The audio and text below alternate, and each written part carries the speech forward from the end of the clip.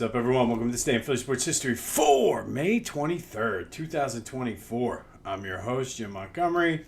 Welcome to a Thursday edition of the podcast. It's going to be a stormy day, but I debated on whether to even celebrate this, and I thought, you know what? Why not? Because it is a big accomplishment. Today is our 600th podcast episode of This Day in Philly Sports History. I started this day in Philly sports history back September 8th, 2022. It started off just as a YouTube video. It was a quick 2-3 minute thing and has grown to what it is now. For those of you who've been here the whole time, you might remember I had Back to the Future, which was the longer form podcast. Love the name, which is why it's the name of the Back to the Future voice and text line. And then I decided, you know what? Let me see if I can reach more people by doing a podcast, like a little mini short one. Again, it's grown. You're listening now. Thank you. Hard to believe it's been 600 episodes of this on just the podcast alone. I think there's probably about 17 more, I think it was, or 15 more on just YouTube, but we'll celebrate that anniversary when it comes. But again, thank you. 600 podcasts for this day in Philly sports history. It's been a crazy ride. Haven't missed a day since September 8th of 2022. It's been fun. I appreciate you all being here. And in order to celebrate, subscribe, do whatever you want, give money to charity, buy a t-shirt from Philly Goat, whatever you got to do. Let's celebrate. Let's grow this thing. Follow me on social media in honor of the 600th podcast episode. Jimbo_Mont, Twitter and TikTok, at Philly Jimbo on Instagram. Subscribe to the YouTube channel. That was our first home for this day in Philly sports history, was YouTube. So do me a favor and subscribe to that today. Even if you're listening on podcast, Jimbo_Mont. Tell your friends. Let's spread the word. Looking forward to the next 600 podcasts. It's hard to believe it's been 600. It just sounds crazy to me. But as always, thank you for listening. And let's start with a recap of today's question of the day. I asked you, now the light decided to turn on. Sorry about that. I asked you, should the Syracuse Nationals title in Syracuse count for the Sixers total? 57% of you said yes. This was much closer than what I anticipated it to be.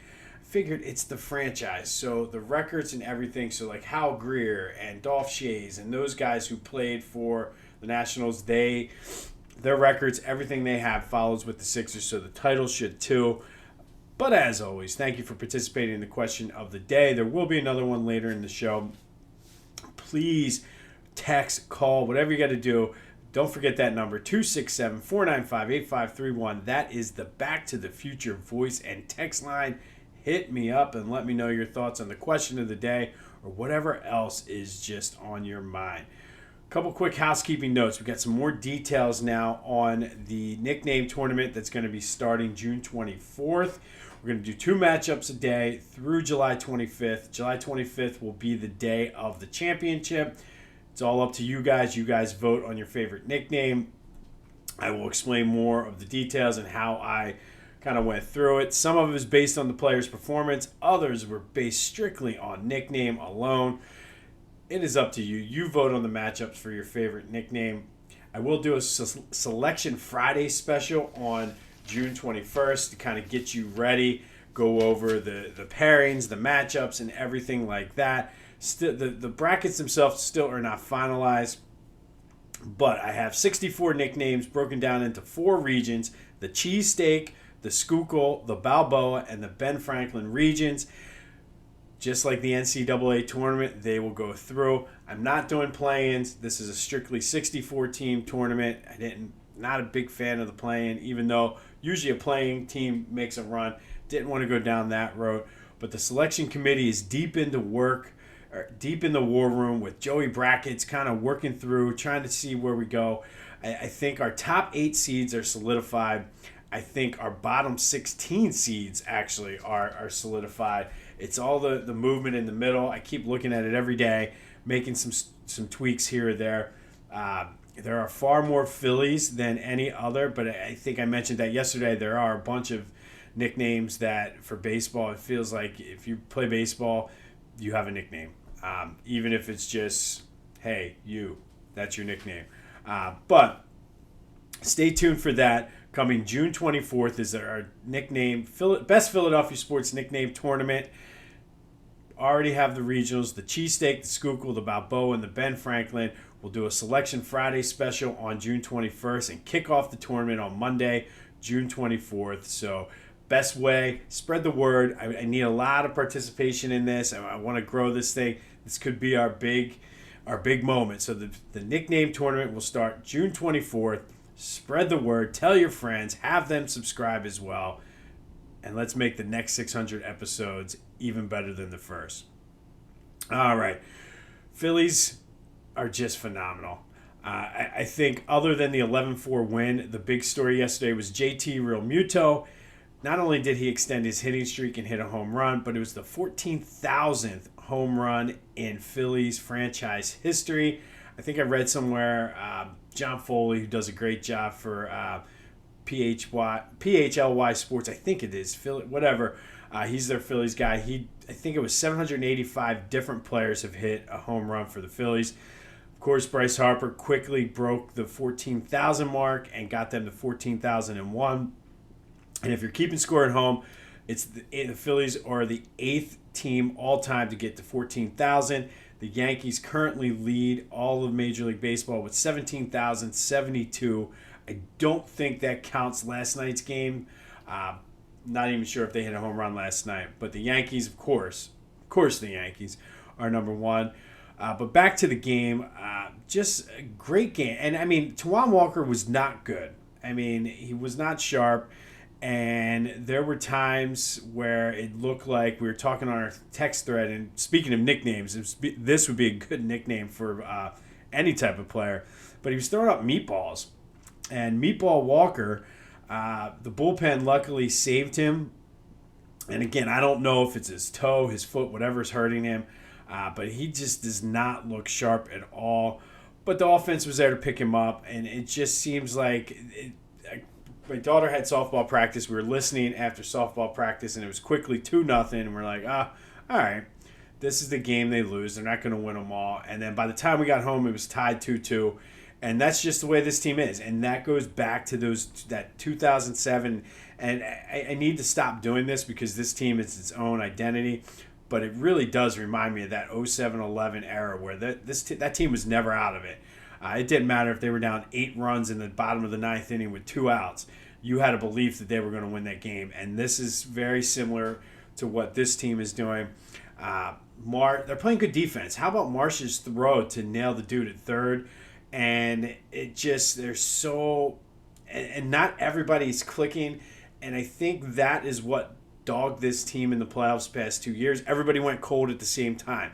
If they can kind of keep it up where guys are picking each other up, this team is going to be unstoppable. I mean, it's the best 50-game start in franchise history, and they're a lot of fun. They're back at it this afternoon, early game today, to try to get the sweep of the defending champions. And one last thing on the schedule before we move on, and I heard this on, I think it was, I don't know, I've been doing so much driving because of testing and everything. But Larry Anderson was on, and I think it was last night on the afternoon show on WIP. But he was like, well, what are we supposed to do? There's only 4 teams in the National League that have a winning record. So it's not like, they're playing the bottom feeders. Everybody's a bottom feeder. So, and that was a good point to kind of put it in perspective. We're also in May, and you just gotta beat whoever. Like, do your job, as Bill Belichick likes to say. Do your job, and the rest will take care of itself. And the Phillies certainly have been doing their job. But in honor of the 14,000 home run, that leads us to the question of the day. Which of the Phillies home runs, and I'm not going to make you go back through all 100 and whatever years. I think it's 120-some years. I'm not going to make you go back there. We're going to go to the last 25 years. In the last 25 years, what is your favorite Phillies home run? If you want to go back slightly more than 25, if you want to include Mike Schmidt's 500th home run, because to me I had a tough time not including that. But in the last 25 years, what is your favorite Phillies home run? Is it Bryce Harper's Bedlam at the Bank in the NLCS, Shane Victorino's grand slam off of CC Sabathia. Matt Stairs breaking the game open, or breaking the tie in the ninth for the Phillies out in LA. Or Rhys Hoskins' bat spike. Let me know what your thoughts are. 267-495-8531 on the voice and text line. Leave a voicemail. Send a text message. Hit me up on the socials. Whatever you got to do. And if it is something that goes back past 25, I'm okay with that. I just wanted to not have you go back to like 1934 and pick out a random home run there.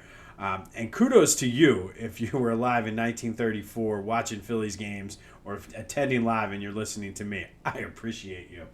But let me know. Best home run in the past 25 years for the Phillies. Call or text the voice and text line 267-495-8531. That'll get you in.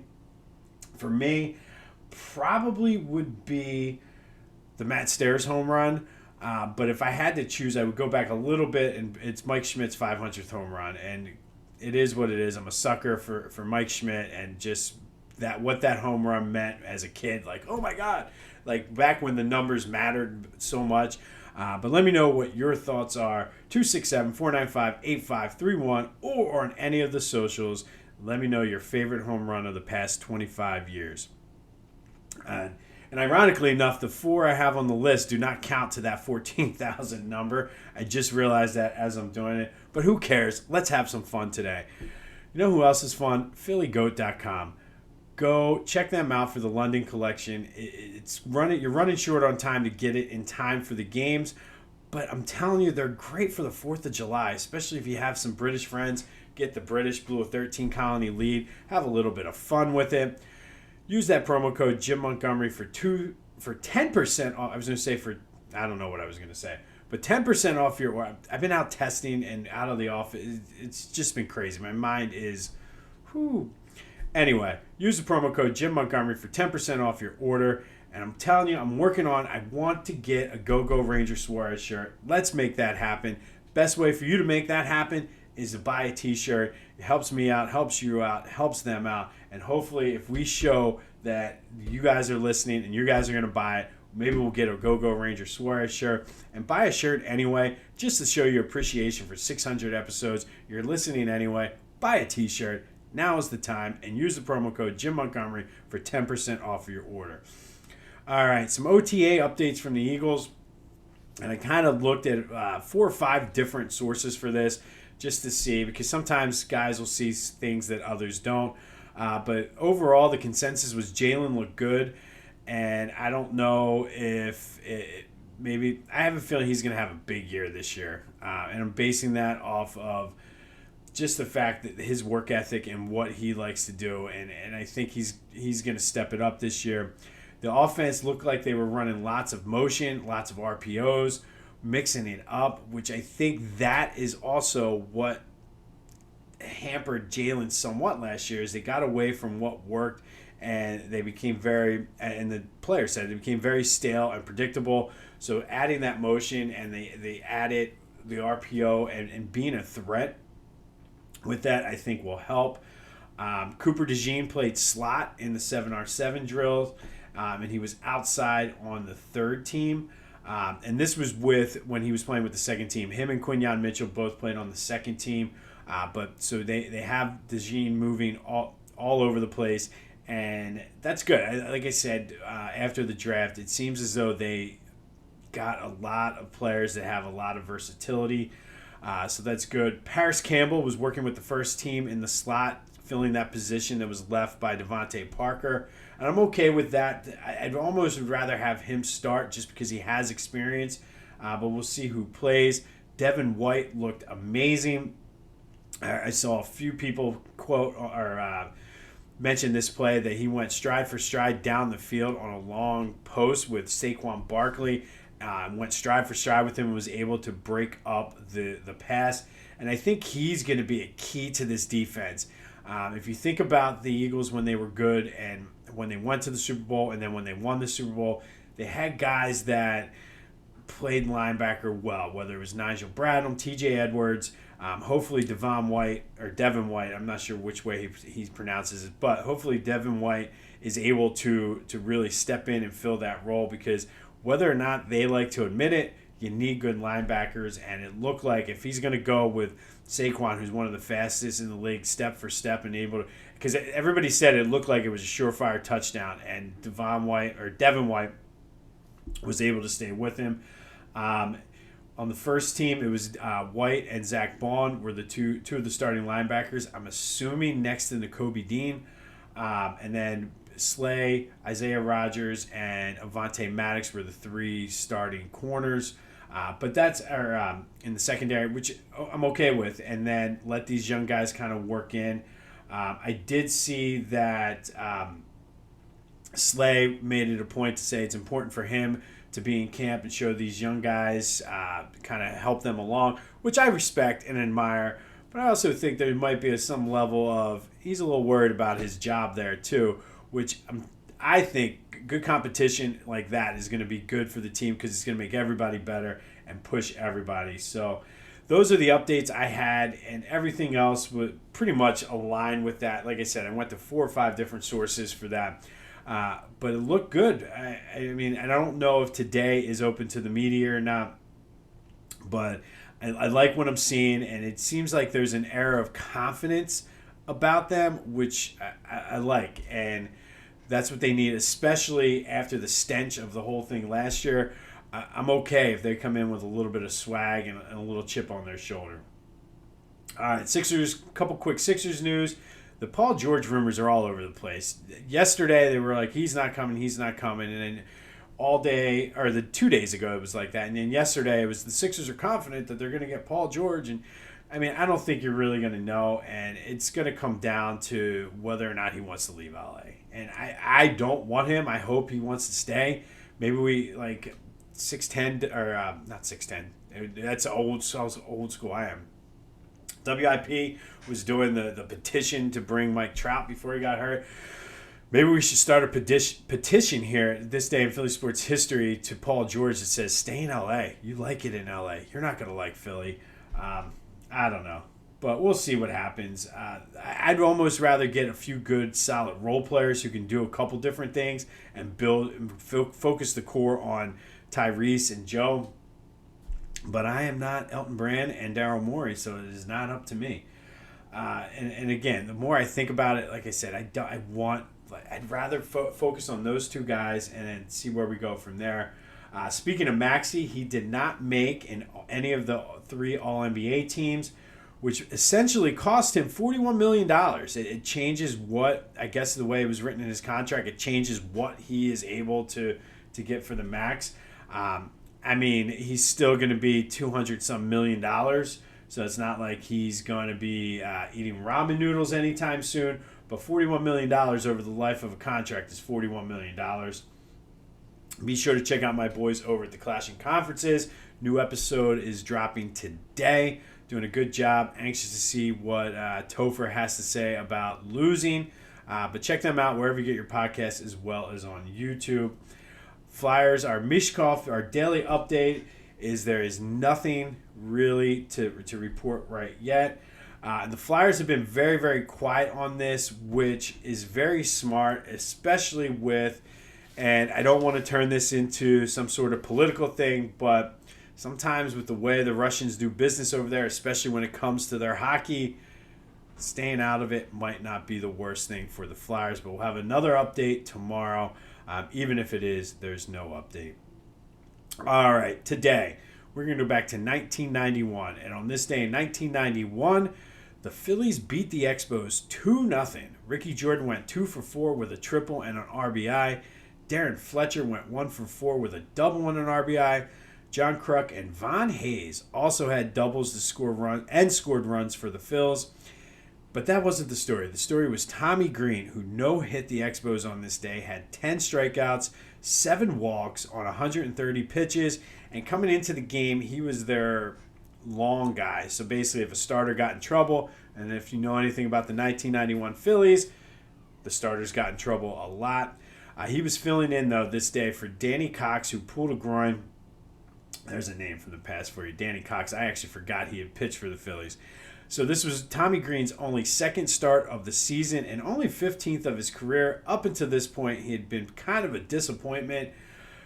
The no-hitter was the first pitched by a visitor in Olympic Stadium ever. But Tommy Greene, back to him, he ended up being a big part of that 93 season. But really, this 91 season, the 91 season is where he really kind of worked his way into the rotation. He started 25 more games that year, spent most of the 92 season hurt. I think he missed like 3 months or so, but that helped him come back and be ready to be a contributor for the 93 rotation. This was the 8th no-hitter in Phillies franchise history. That season, they were actually 91 season. I shouldn't sell them that short. They weren't that bad. They were 78 and 84. Jim Fregosi took over 13 games into the season for Nick Leyva. But again, they just didn't have the players. The pitching wasn't there. 92, I think they lost a lot of games, but they had that winning streak in there that sort of gave everybody hope coming into 93. But on this day in 1991, Tommy Greene no-hit the Expos 2-0, had 10 strikeouts, 7 walks, had never gone that season anywhere close to 130 pitches. So the fact that he was able to get it done was nothing short of amazing. But shout out to you, Tommy Greene, who still is around the franchise today. But he pitched his no-hitter on this day up in Olympic Stadium in Montreal. And from one pitcher to another, this one has not thrown a no-hitter yet, but it's a family affair. And today our spotlight is on Aaron Nola, Phillies pitcher, the longest current tenured Philly at 10 years on the team. He has a 96 and 73 record in Philly with a 3.69 ERA, over 1,600 strikeouts. Just has been solid since he's gotten here. Yeah, he gives up a home run, lots of home runs every now and then. But, I mean, just going back to the past 2 postseasons, when we get playoff Nola, he's lights out. So he just signed a new contract, likely going to finish his career here. Could not be happier, but he is a kind of, I would think, a polarizing figure. You either really like Nola or you think he sucks. And I remember when he was talking about signing that contract, there's a lot of you out there who were not big fans of that. But I like it.